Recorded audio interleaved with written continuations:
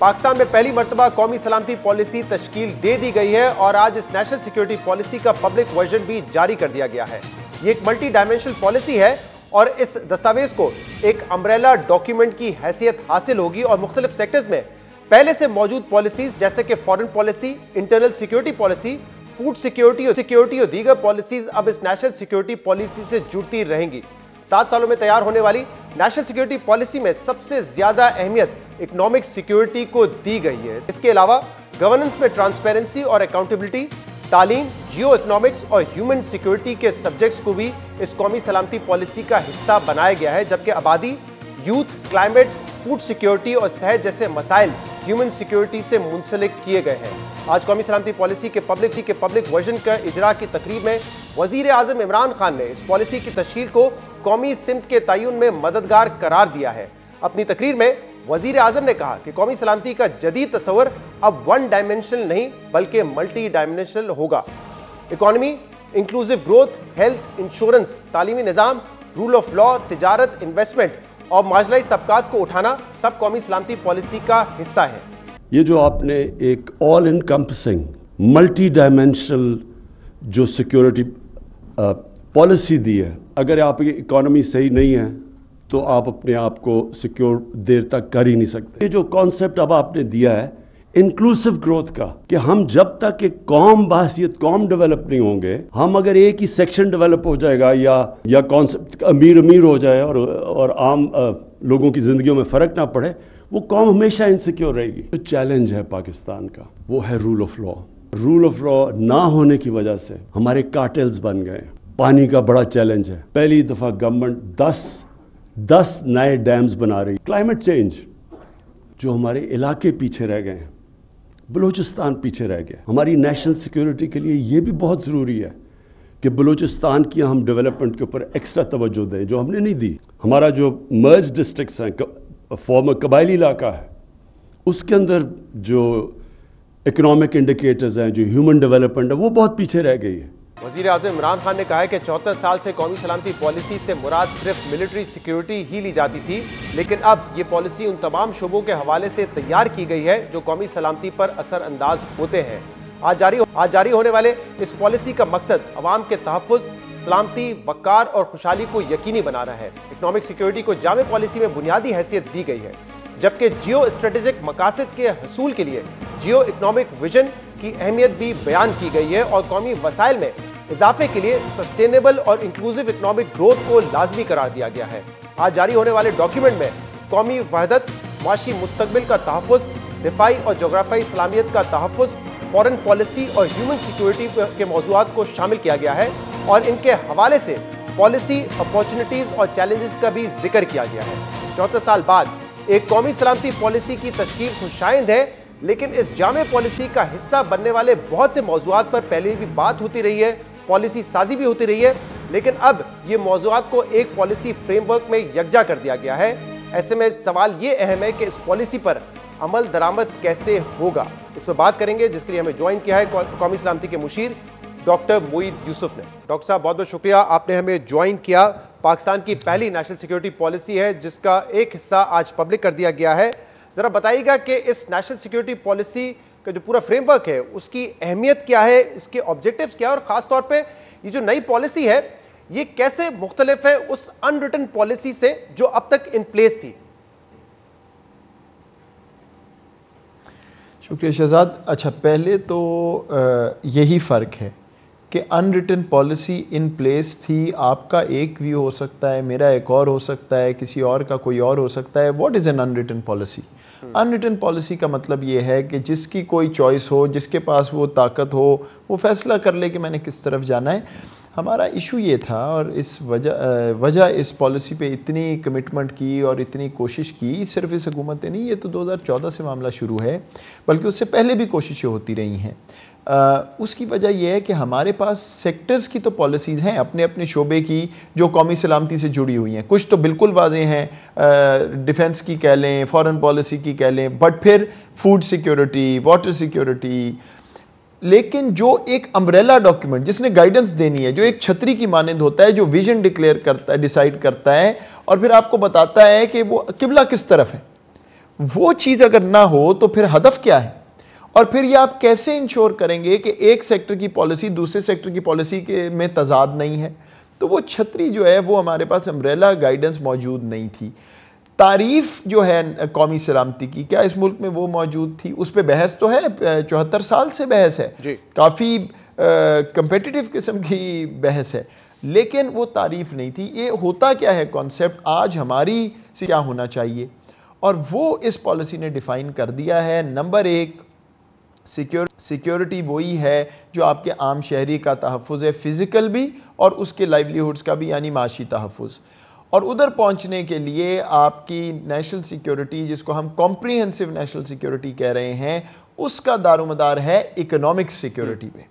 जब वो आएगी, जब आपके पास अपने वसाइल बढ़ेंगे, फिर आप रीडिस्ट्रीब्यूट कर सकते हैं इतनी मिकदार में कि उससे आपकी जो ह्यूमन सिक्योरिटी है वो भी पूरा, उस पर भी पूरा पड़े, और आपकी जो मिलिट्री और ट्रेडिशनल सिक्योरिटी है उसके भी वो वसाइल हों जिससे वो अपनी थ्रेट मैट्रिक्स को मुकम्मल तौर पे कवर कर सके। डॉक्टर साहब, आप बिल्कुल ठीक कह रहे हैं, क्योंकि अब हमारे पास एक अम्ब्रेला डॉक्यूमेंट है जो कि गाइडेंस के तौर पे काम आएगा, मददगार साबित होगा कि हमारी सिमत आगे क्या होनी है। और आपने ठीक कहा कि इंडिविजुअली या आइसोलेशन में तो हमें बहुत सारी बातें पता थी जिस पे अमल भी हो रहा था। मिसाल के तौर पर हमें पता है कि अगर आपको मिलिट्री कैपेसिटी बढ़ानी है तो आपको अपनी ग्रोथ बढ़ानी पड़ेगी। आपको पता है कि नेबर्स के साथ ट्रेड भी ज़रूरी है और वो तभी पॉसिबल होगा जब अमन रहेगा। इसी तरीके से वाटर स्कैसिटी के इशूज़ हैं, क्लाइमेट चेंज के इशूज़ हैं, ये सब हमें पता था, बट ये सब एक डॉक्यूमेंट में आ गए हैं।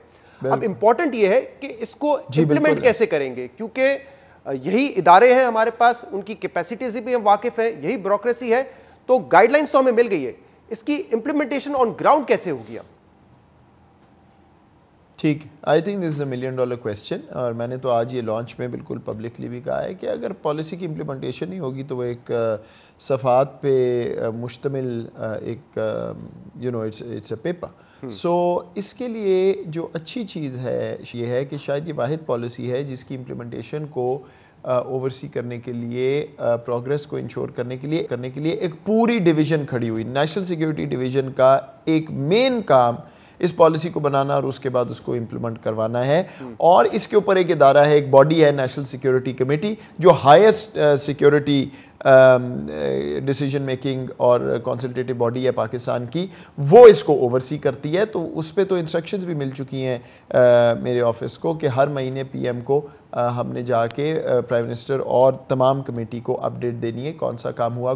तो इस पॉलिसी का जो क्लासिफाइड पार्ट है उसमें एक बड़ी डिटेल में पॉलिसी एक्शंस हैं, हमने करना क्या है, किसने किस वक्त किस टाइमलाइन पे, वो इम्प्लीमेंटेशन फ्रेमवर्क हमने अब परसू करना है। क्या ये गारंटी करता है कि सारी चीज़ इंप्लीमेंट होगी? नहीं, लेकिन हमारे पास ना फ्रेमवर्क होता है यूजुअली, ना इस पे इतना फोकस होता है। तो वो चीज़ तो बिल्कुल हमने जितना टाइम पॉलिसी पे लगाया उतना ही उस पे लगाया, क्योंकि हमें भी यही खदशा था कि पॉलिसी बन जाएगी लेकिन अगर इंप्लीमेंट नहीं होगी तो फिर फ़ायदा क्या।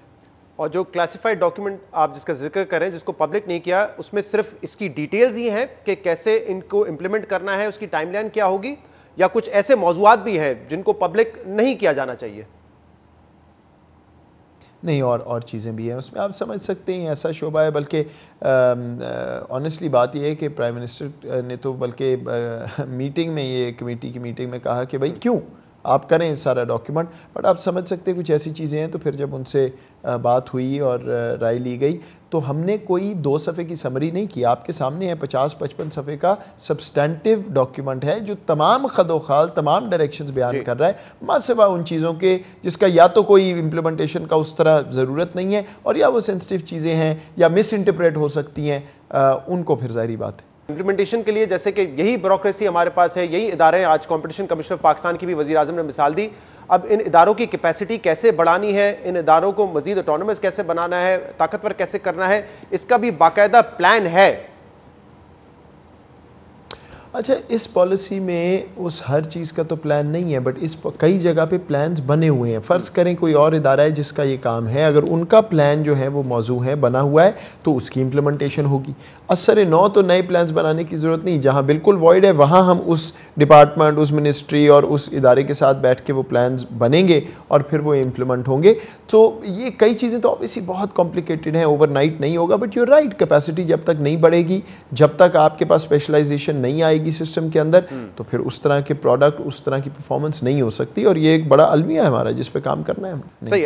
आज वजीर आजम साहब ने एक बड़ी इंपॉर्टेंट बात की, जब उन्होंने इकोनॉमिक सिक्योरिटी के हवाले से बताया तो उन्होंने मिसाल दी कि देखिए जब भी हम IMF की तरफ जाते हैं, क्योंकि डॉलर शॉर्टफॉल होता है, तो IMF ऑब्वियसली हमें कुछ प्रायर एक्शंस बताता है, डिक्टेट करता है, जिससे हमारी नेशनल सिक्योरिटी कॉम्प्रोमाइज होती है। अब यहाँ पे लोग ये सवाल तो करेंगे कि क्या ये तजाद नहीं है कि आज हम ये पॉलिसी दे रहे हैं, हम बात कर रहे हैं कि IMF से कैसे जान छुड़ाई जाए, लेकिन कल ही हमने 2 ऐसे बिल्स पास करवाए हैं जो कि IMF के प्रायर एक्शंस थे। तो एग्जैक्टली इंप्लीमेंटेशन और इतलाक कब से होगा फिर इस पॉलिसी का? देखें, पहले तो ये समझ लें कि ये अम्ब्रेला डॉक्यूमेंट्स कल गुजरे हुए कल, आज और आने वाले कल की बात नहीं करते। ये तो आपको देखिए 5 साल का डॉक्यूमेंट है, 10 होंगे, 15 होंगे, ओवर टाइम कुछ चीज़ें जल्दी होंगी, कुछ बाद में होंगी, लेकिन सिर्फ जो है वो हमने तब्दील नहीं करनी। पॉलिसी कंटिन्यूटी जो है वो लाजिम है।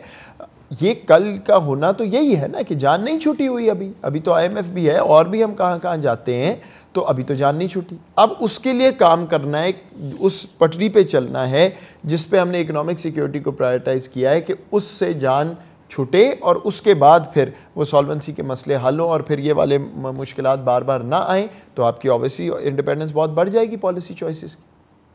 सही। और डॉक्टर साहब, जैसे अब कुछ इसके स्पेसिफिक्स पे बात करते हैं, जो सब्जेक्ट है फॉरेन पॉलिसी वर्ल्ड, उसमें आप लोगों ने कहा है कि हम चाहते हैं कि जो नेबरिंग कंट्रीज़ हैं उनके साथ हमारे नॉर्मल रिलेशनशिप रहे और उनसे हम म्यूचुअल रिस्पेक्ट और सॉवरेनिटी की बुनियाद पर ताल्लुकात कायम करें। साथ में ये भी लिखा हुआ है कि जो जम्मू और कश्मीर का मसला है वो dispute United nation security council के करारदाद के तहत ही हल होना है। अब आपने देखा होगा कि कुछ रिपोर्टिंग ये हुई थी जिसमें कहा गया था कि हम इंडिया से 100 साल के पीस की बात करें ताकि उस दौरान उनसे इकोनॉमिक टाइज और ट्रेड हम बढ़ा सकें, और जो कश्मीर का मामला है वो बैक बर्नर पे भी अगर चला जाए तब भी इकोनॉमिक टाइज उनके साथ बहाल करने हैं।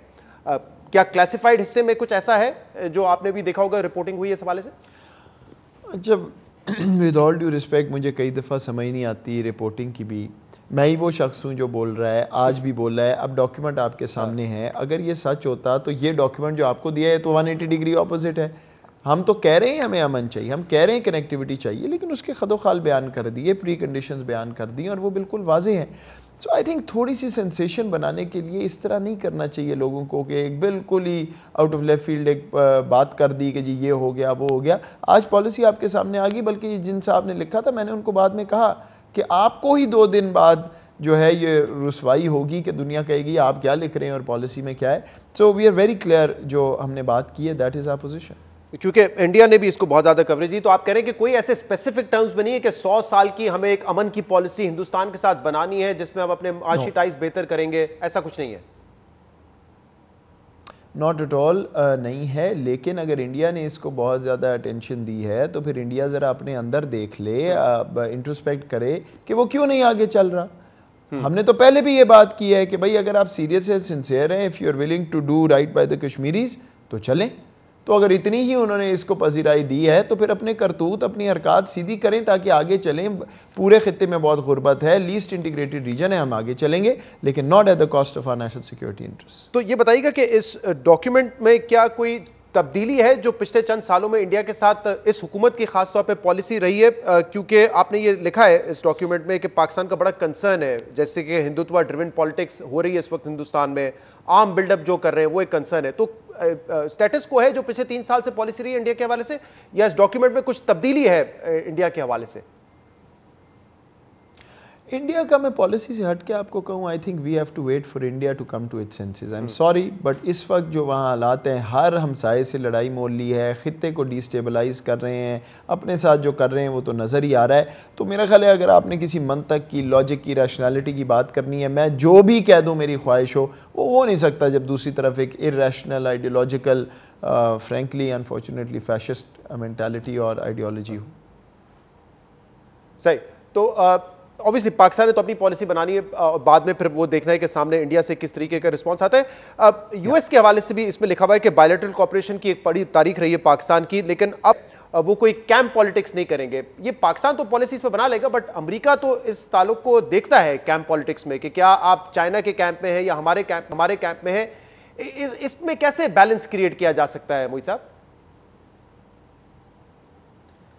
अच्छा शहजाद, इसमें मैं आपको बताऊं, जब आप अपनी स्टेटमेंट ऑफ इंटेंट देते हैं, आप अपनी पॉलिसी उस तरफ चलाते हैं, तो आप कह क्या रहे हैं कि मैं अपने पॉलिसी उस जाविये से देखूंगा कि मैं उस कैंप पॉलिटिक्स, उस ग्रेट पावर कंपटीशन में ना फंसूं और अपने लिए रास्ता निकालूं कि यहाँ पे हर कोई आके इन्वेस्ट भी करे, हमारी जियो इकोनॉमिक विजन को पजीराई भी मिले और हमें और स्पेस मिले मनूवर करने की थ्रू इकोनॉमिक डिप्लोमेसी।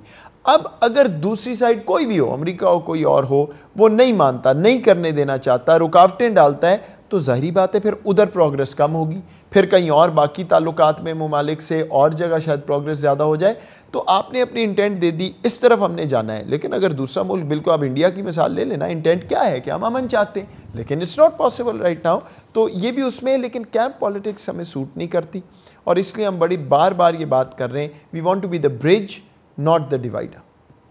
राइट आप जरा इंटरनल सिक्योरिटी के हवाले से बात करेंगे। बड़े वाज़े तौर पे लिखा हुआ है कि स्टेट की रिट जो है क्रॉस द कंट्री वो कायम की जाएगी, क्योंकि सिक्योरिटी, लाइफ की सिक्योरिटी और प्रॉपर्टी की सिक्योरिटी देना ये स्टेट की जिम्मेदारी है।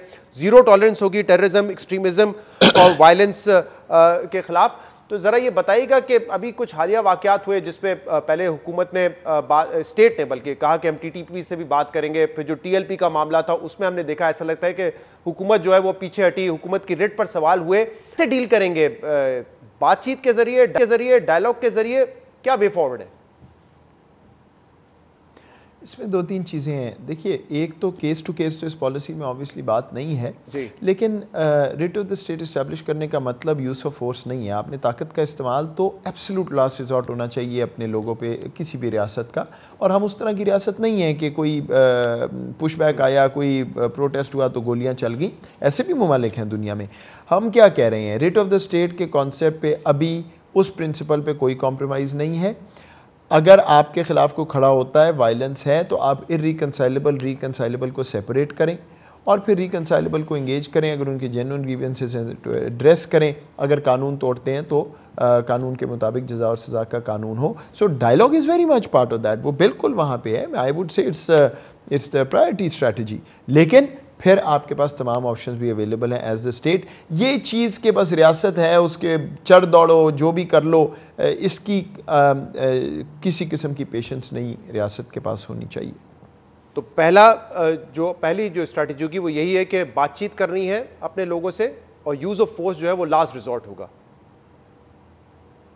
लेकिन ना शहजाद, एक रियासत के लिए ना आपने फ़ैसला क्या करना होता है। जब टीएलपी की भी बात होती, फ़ैसला ये करना है कि मेरे एक्शन से मैक्सिमम नंबर ऑफ पाकिस्तानीज़ को फ़ायदा पहुँचे। हो सकता है कि जो एक्शन पॉपुलर हो, जो एक्शन लगे कि यार ये वाली चीज़ इस वक्त होनी चाहिए, उससे स्टेट के पास ऐसी इन्फॉर्मेशन हो कि नहीं, इससे तो नुकसान ज़्यादा है, तो फिर कई दफ़ा स्टेट ऑप्टिक्स की हिट ले लेती है, पब्लिक परसेप्शन की हिट ले लेती है, लेकिन चीज़ वो करती है जिससे कम से कम नुकसान हो पाकिस्तानी शहरियों को। तो कई दफ़ा वो ऐसा होगा कि बात होगी, कई दफ़ा आपको लगेगा कि जी ये तो बिल्कुल ही लेट गए, कई दफ़ा आपको लगेगा ताकत का इस्तेमाल हुआ, नहीं होना चाहिए, कई दफ़ा लगेगा बिल्कुल ठीक किया। ये केस टू केस डिपेंड करेगा, बट प्रिंसिपल बिल्कुल वाज़ेह। सही है। अब इसके लिए ये जो डॉक्यूमेंट है इसकी इम्प्लीमेंटेशन हो और इससे फ़वाइद हासिल हो, उसके लिए ज़रूरी है एक तो कि जमहूरियत मजबूत हो और पॉलिटिकल इंस्टेबिलिटी मुल्क में ना हो। अब हमारी एक सिविल मिलिट्री तरह की हिस्ट्री रही है, 3 मार्शल लॉ लग चुके हैं। इवन जब जमहूरी हुकूमत होती है डॉक्टर मोईद यूसुफ साहब, तब भी पॉलिटिकल पार्टीज की तरफ से अक्सर ये इल्ज़ाम लगते हैं कि इंटरफेरेंस बहुत है सिविलियन मामलात में। इस हवाले से ये डॉक्यूमेंट क्या कहता है कि इंटरफेरेंस ना हो, हर इदारा अपने तौर पे काम करे, हर इदारा मजबूत हो और ये पॉलिटिकल इंटरफेरेंस ना हो, ताकि जो इंस्टेबिलिटी होती है, सियासी इंस्टेबिलिटी, वो बार बार ना देखने में आए। देखिए शहजाद, जस्ट द फैक्ट कि ये डॉक्यूमेंट आपके सामने है, कितनी देर से कोशिश भी हो रही थी, शोज़ यू कि एक सिविल मिलिट्री कंसेंसस है। आपने डॉक्यूमेंट देखा, जब पहले ये डॉक्यूमेंट अप्रूव हुआ, पब्लिकली प्राइम मिनिस्टर ने कहा, पब्लिकली मिलिट्री साइड ISPR गालिबन उन्होंने भी को ट्वीट की, आज आपने देखा तमाम मौजूद थे, बाद में मेरा ख्याल को गैर रस्मी बात भी हुई, वो भी कोट हो रही है मीडिया पे। तो कंसेंसस तो बिल्कुल वाज़ेह है, ये भी वाज़ेह है कि डायरेक्शन बिल्कुल क्लियर है। तो इकोनॉमिक सिक्योरिटी, ह्यूमन सिक्योरिटी, जो सारी बातें हैं ये ऑब्वियसली सब ऑन बोर्ड हैं, तो तभी आपके सामने ये पॉलिसी आई है। तो यस, मतलब इस मुल्क में खूबी हुए हैं, and if there have been weaknesses, mistakes, जो चीज़ें नहीं होनी चाहिए उनसे हमने सीखना है। हम तो कह रहे हैं भाई, अगर आप अपनी माजी से नहीं सीखेंगे तो कभी भी मुस्तकबिल में ठीक नहीं हो सकते, तो बिल्कुल सीखना है, इसमें क्या शक है। बहुत बहुत शुक्रिया डॉक्टर मोईद यूसुफ साहब, एडवाइज़र हमारे साथ मौजूद थे।